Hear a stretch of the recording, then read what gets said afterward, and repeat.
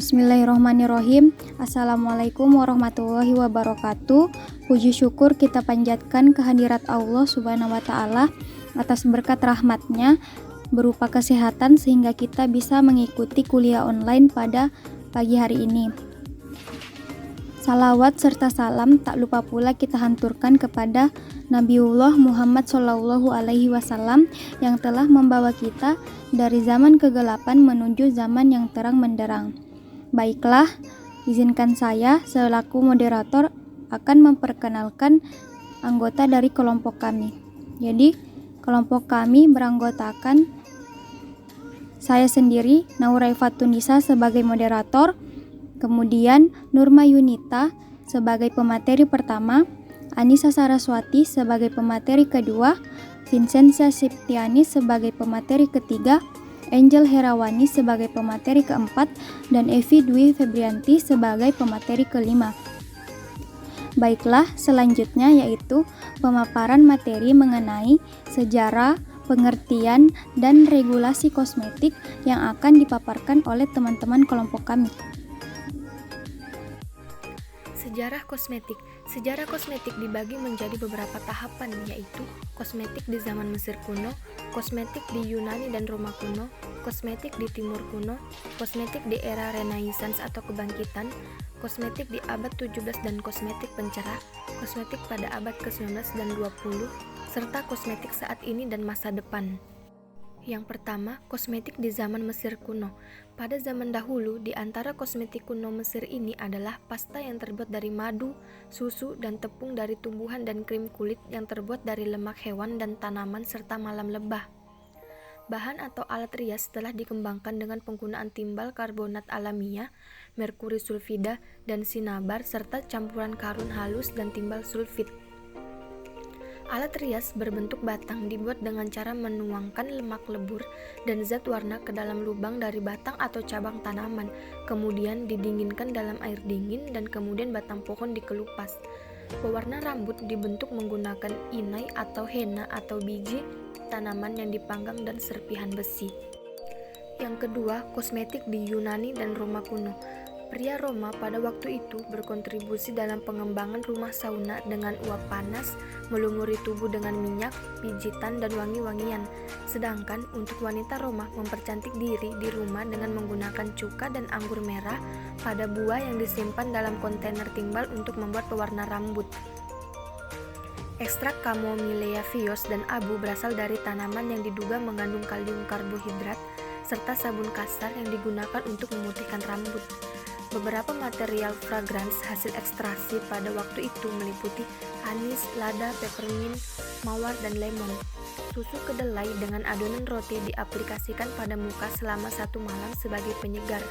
Minyak yang diperoleh dari bulu domba juga merupakan alat atau bahan pembantu kecantikan. Yang ketiga, kosmetik di Timur kuno. Pelancong atau pengembara dari India, Cina, Tibet, dan akhirnya Jepang menyebarkan pengetahuan tentang kosmetik ke Persia dan negara sekitar. Obat tradisional India sudah dikenal sejak abad ke-6 sebelum Masehi, di mana pertama kalinya membahas mengenai bedah plastik atau rinoplasti. Kosmetik terkait dengan pengobatan penyakit seperti pengobatan untuk kulit tidak berkembang. India menggunakan sirih untuk menggelapkan bibir dan gigi. Bahan pewarna merah tua dan warna lain dicampur dengan malam untuk mewarnai muka sebagai penanda kasta, pasta almond sebagai pengganti sabun, dan parfum untuk ritual keagamaan dan pergaulan sosial. Yang keempat, kosmetik di era Renaissance atau kebangkitan. Pada era ini telah menimbulkan kemajuan yang besar dalam perkembangan bahan kosmetik dan parfum.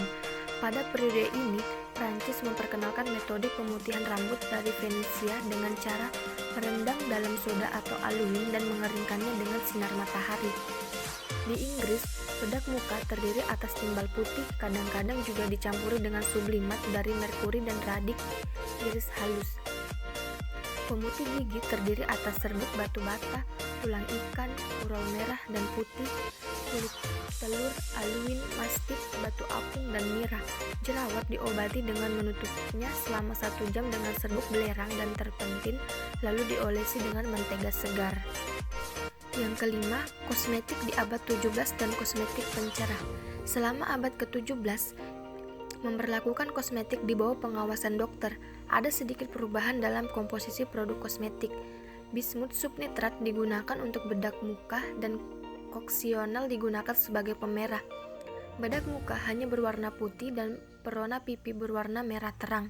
Selain itu, hal terkait dengan parfum telah berkembang pesat pada tahun 1725 di Jerman memperkenalkan sebuah produk yang dikenal mendunia sebagai Eau de Cologne. Kosmetik begitu penting dan terkenal sehingga pada tahun 1770 dikeluarkan peraturan perundang-undangan khusus tentang kosmetik.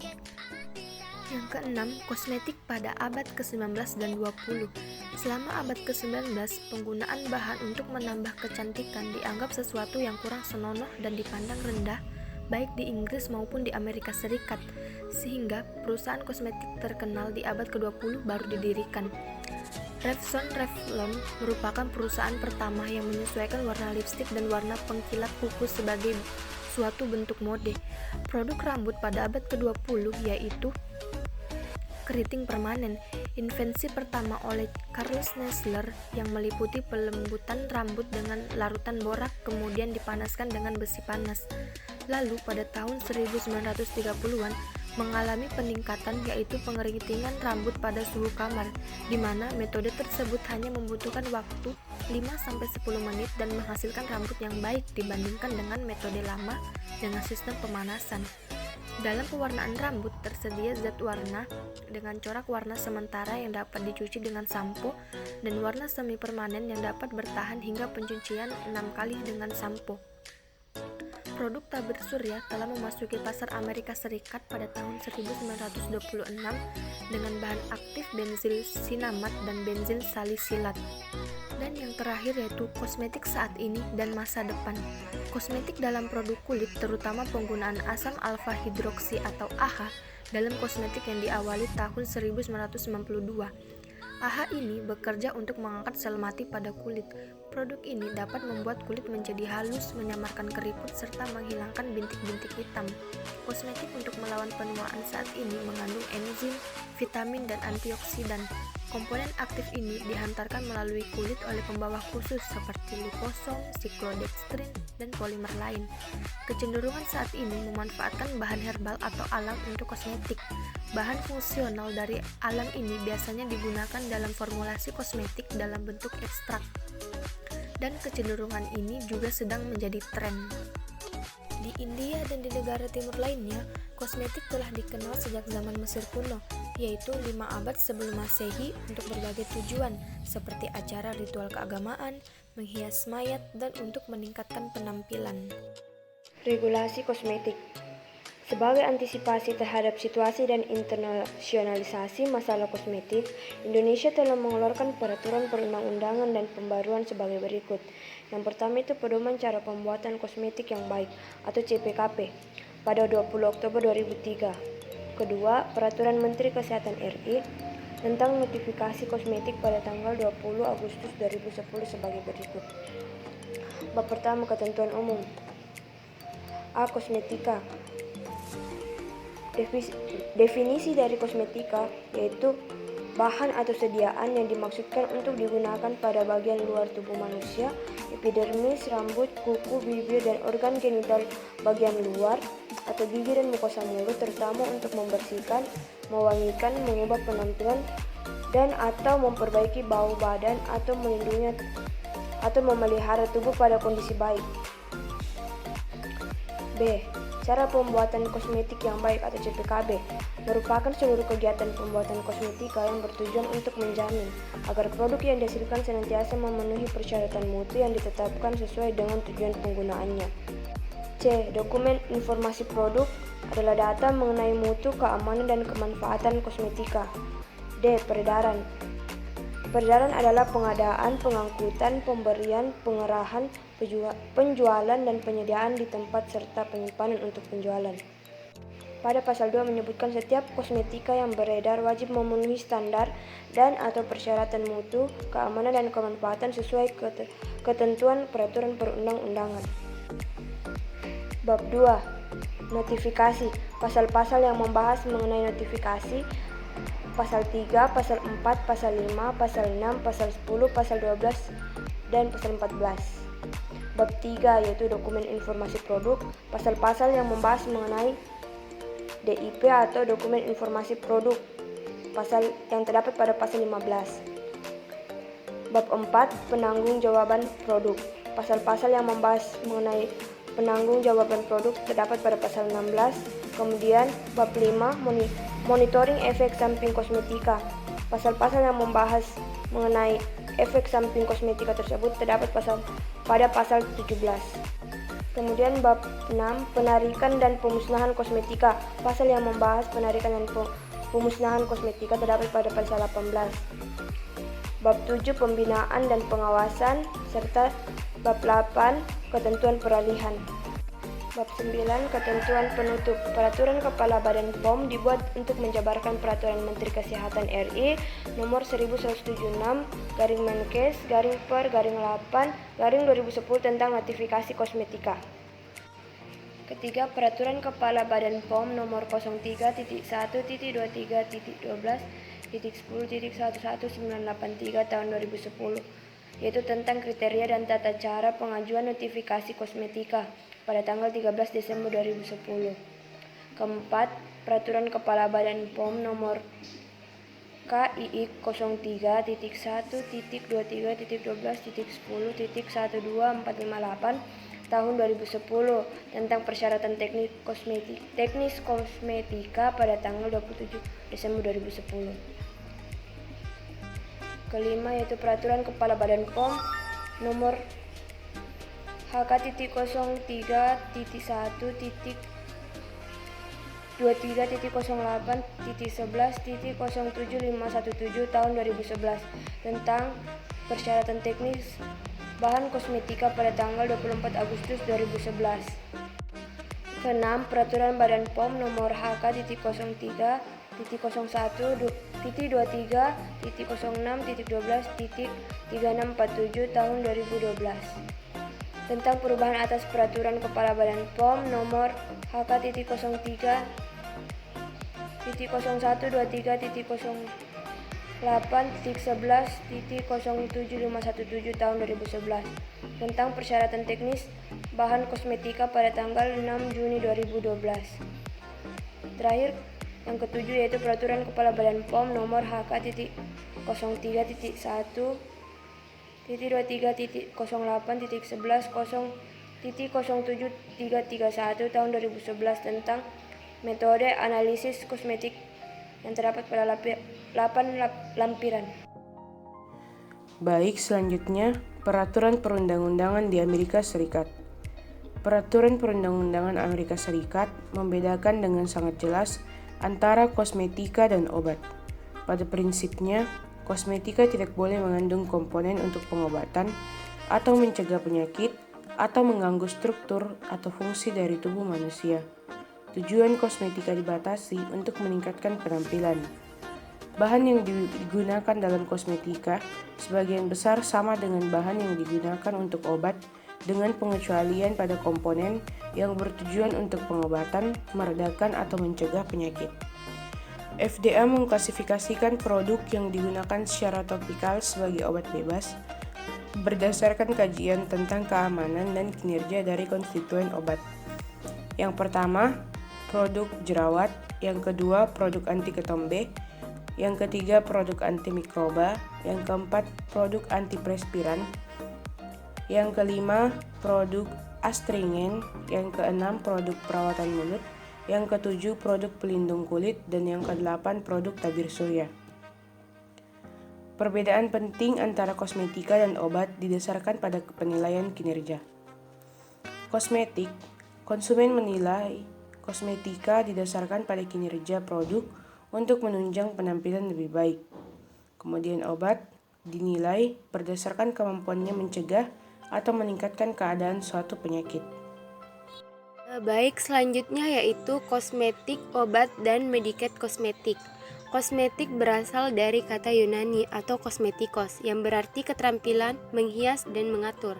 Definisi kosmetik dalam Peraturan Menteri Kesehatan Republik Indonesia Nomor 444-Menkes-Permenkes-1998 adalah sebagai berikut. Yaitu 1. Kosmetik. Kosmetik adalah sediaan atau panduan bahan yang siap untuk digunakan pada bagian luar badan, yaitu epidermis, rambut, kuku, bibir, dan organ kelamin bagian luar, gigi dan rongga mulut, untuk membersihkan, menambah daya tarik, mengubah penampakan, melindungi supaya tetap dalam keadaan baik, memperbaiki bau badan tetapi tidak dimaksudkan untuk mengobati atau menyembuhkan suatu penyakit. 2. Obat. Obat adalah bahan, zat, atau benda yang dipakai untuk diagnosa, pengobatan, dan pencegahan suatu penyakit atau yang dapat mempengaruhi struktur dan fol tubuh. Ketiga, cosmetics. Pada tahun 1955, Lubbow menciptakan istilah cosmetics yang merupakan gabungan dari kosmetik dan obat yang sifatnya dapat mempengaruhi fol kulit secara positif, namun bukan obat. Dan yang keempat, medicated cosmetic. Pada tahun 1982, Faust mengemukakan istilah medicated cosmetic. Untuk memperbaiki dan mempertahankan kesehatan kulit diperlukan jenis kosmetik tertentu, bukan hanya obat. Selama kosmetik tersebut tidak mengandung bahan berbahaya secara farmakologis aktif mempengaruhi kulit, penggunaan kosmetik jenis ini menguntungkan dan bermanfaat untuk kulit itu sendiri. Contohnya preparat antiketombe, antiperspiran, dan deodoran. Preparat untuk mempengaruhi warna kulit, untuk memutihkan atau mencoklatkan kulit. Preparat anti jerawat, preparat pengeriting rambut, dan lain-lain. Baik, lanjut ke materi yang terakhir pada pertemuan pertama pada hari ini, yaitu materi mengenai penggolongan kosmetik. Menurut Peraturan Menteri Kesehatan Republik Indonesia, kosmetik dibagi ke dalam 12 kelompok, yaitu yang pertama, preparat untuk bayi, misalnya minyak bayi, bedak bayi, dan lain-lain. Yang kedua, preparat untuk mandi, misalnya sabun mandi, bed kapsul, dan lain-lain. Yang ketiga, preparat untuk mata, misalnya maskara, eyeshadow, dan lain-lain. Preparat untuk wangi-wangian, misalnya parfum, toilet water, dan lain-lain.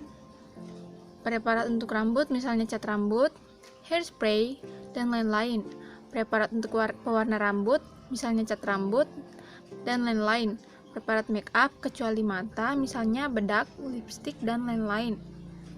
Preparat untuk kebersihan mulut, misalnya pasta gigi, mouthwash, dan lain-lain.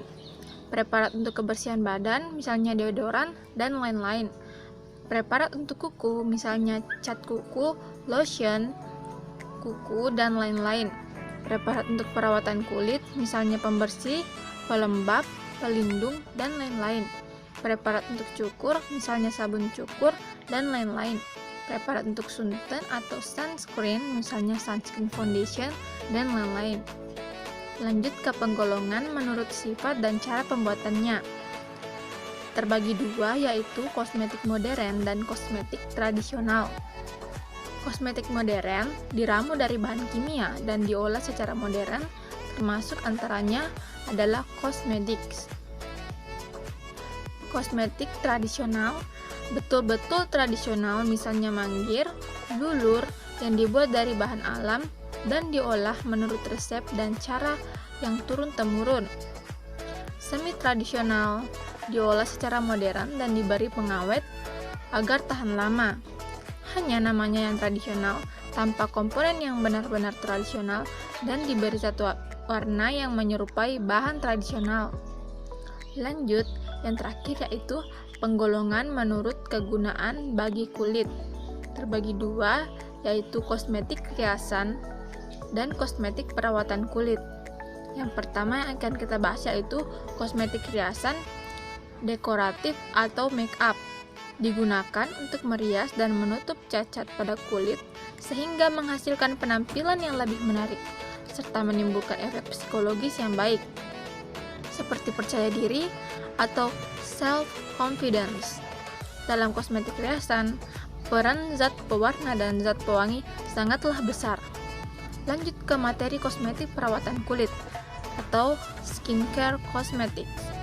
Jenis ini perlu untuk merawat kebersihan dan kesehatan kulit, diantaranya kosmetik untuk membersihkan kulit atau cleanser seperti sabun, cleansing cream, cleansing milk, dan penyegar kulit. Kosmetik untuk melembabkan kulit atau moisturizer, misalnya moisturizing cream, night cream, anti-wrinkle cream, dan lain-lain. Kosmetik pelindung kulit, misalnya sunscreen cream dan sunscreen foundation, sunblock atau lotion. Selanjutnya yang terakhir yaitu kosmetik untuk menipiskan atau mengamplas kulit, misalnya scrub cream. Baik, itulah tadi materi mengenai penggolongan kosmetik. Terima kasih. Saya kembalikan kepada moderator. Baiklah, itulah tadi pemaparan materi mengenai sejarah, pengertian, dan regulasi kosmetik. Semoga apa yang kami paparkan bisa bermanfaat bagi teman-teman sekalian, dan apabila ada kekurangan dalam pemaparan kami atau penyampaian kami mohon maaf yang sebesar-besarnya. Terima kasih atas perhatiannya. Wassalamualaikum warahmatullahi wabarakatuh. 1, 2, 3